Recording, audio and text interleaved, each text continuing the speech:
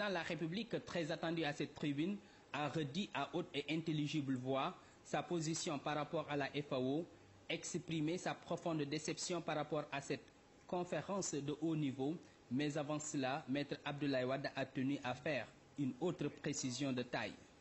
Monsieur le Président, Mesdames, Messieurs, je voudrais, pour commencer, rendre hommage à M. Jacques Diouf, directeur général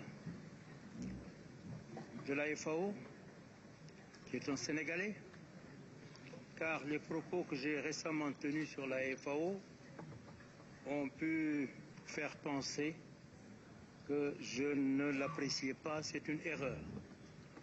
M. Jacques Diouf a été mon candidat. C'est moi qui l'ai présenté à l'Union africaine et il est devenu ainsi le candidat de tous les États africains, candidat unique. Et c'est comme ça qu'il est devenu 2 fois directeur général de la FAO. Vous donnez à un pilote de ligne, à un pilote professeur, un avion qui n'est pas bon, il ne peut pas aller très loin. Si vous ne lui donnez pas suffisamment de kérosène, il ne peut pas non plus aller là où il veut aller. Le problème, c'est la FAO, ce n'est pas M. Jacques Diouf. L'audit indépendante, d'évaluation indépendante, a été beaucoup plus loin que moi, a fait des critiques extrêmement sévères contre cette organisation, qui a commencé sa chute depuis plus de 20 ans. On a établi que la FAO a perdu près de 30% de ses ressources et près du tiers de ses effectifs. Voilà la situation. Je ne pouvais pas non plus attendre le départ de M. Jacques Diouf, Sénégalais, mon candidat, pour faire des critiques que j'ai envie de faire. Ce ne serait pas honnête. Alors je vais me résumer, puisque nous avons 5 minutes. Nous avons fait ça fait 10 000 kilomètres que j'aurais fait. Les 5 minutes viennent très cher. Je voudrais dire tout ce que nous disons ici, cela a été dit. Ban Ki-moon l'a dit, Jacques Diouf l'a dit. Nous ne faisons que des redites. Ça ne va pas. Je ne mets pas en cause la coopération multilatérale. La Banque mondiale, le FMI, ils font leur travail. Je ne mets pas en cause la coopération bilatérale avec les différents pays. Mais le problème, ce sont quelques institutions internationales qui prétendent s'occuper des questions d'agriculture. Je dis le concept de food assisting est dépassé. Nous ne pouvons pas continuer à être alimentés comme des mendiants, je l'ai déjà dit. Il faut dépasser cela pour assister l'agriculture. Au Sénégal, nous avons fait un plan qui s'appelle la GOANA, la grande offensive agricole pour la nourriture et l'abondance. Ce plan, je l'ai chiffré, vous allez me dire, mais c'est ambitieux. Oui, c'est ambitieux. À 800 millions de dollars. Nous avons 3 à 4 mois de pluie et la saison va commencer bientôt. Après, c'est la sécheresse. Et tout ce que nous plantons pendant cette période pousse. Donc, il faut que nous fassions tous les efforts pour cela. Mais au moment où je présente donc ce plan, la FAO vient de me donner sa contribution à ce plan, projet FAO, type d'assistance, fourniture gratuite d'intrants, engrais et semences, montant du projet 500 000 $.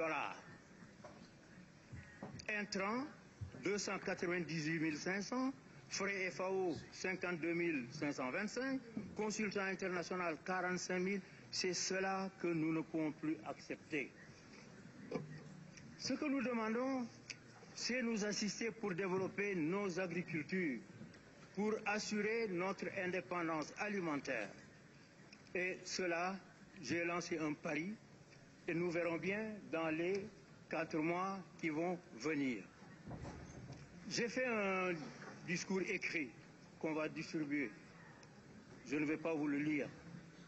Mais je dirais simplement que après les critiques de l'audit dont j'ai parlé tout à l'heure, il nous faut penser à une nouvelle institution, ramener toutes les institutions à une seule institution efficace. Pour faire quoi? Pour faire quoi? Mais pour d'abord siéger. Nous demandons qu'ils siègent en Afrique. C'est nous qui avons les plus de problèmes. Pourquoi ils seraient à Rome pour avoir des experts ou des choses comme ça, ou à Washington?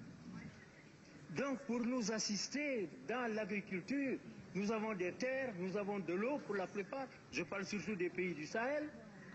Ce qui nous manque, ce sont des engrais, ce sont des produits phytosanitaires et des semences. C'est cela notre problème, ce n'est pas autre chose.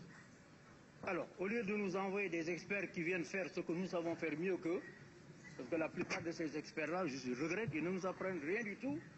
Au lieu d'utiliser 3500 administrateurs qui font des papiers, mais qu'on nous donne les choses directement, sur place, et on va essayer, avec le budget de la FAO, le budget, moi je vous lance un pari, le budget de la FAO de 800 millions de dollars.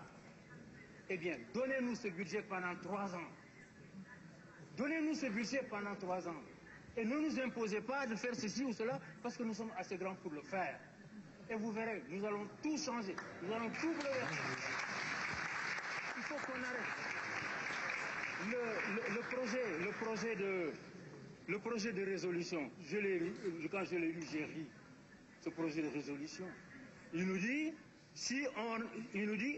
si on respecte les engagements déjà faits. Non, ce ne sont pas des engagements, ce sont des promesses.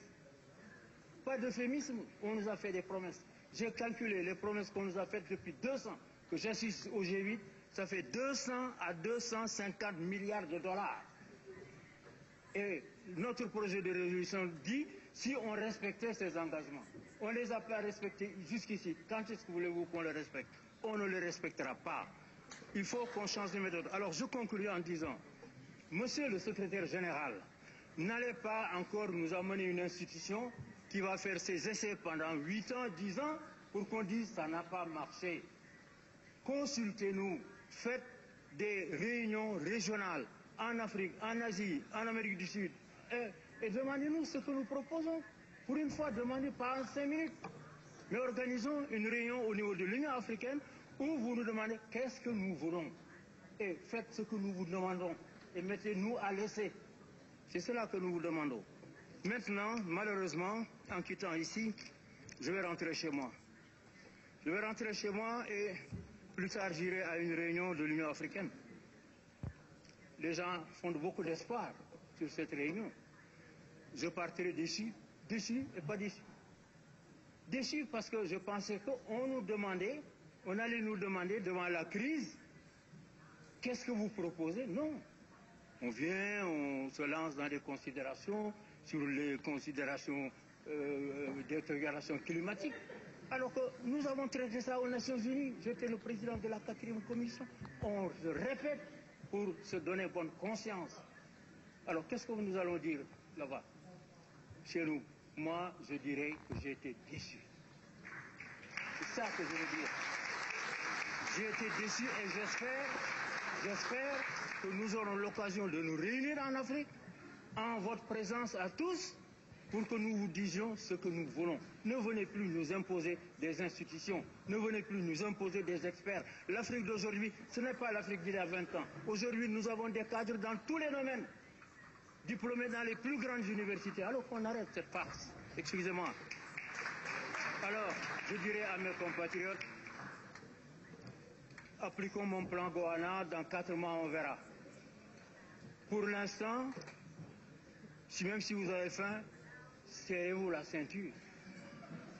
Peut-être qu'ils vont me dire, donnez-nous les ceintures. Alors à ce moment-là, je pourrais faire appel à vous.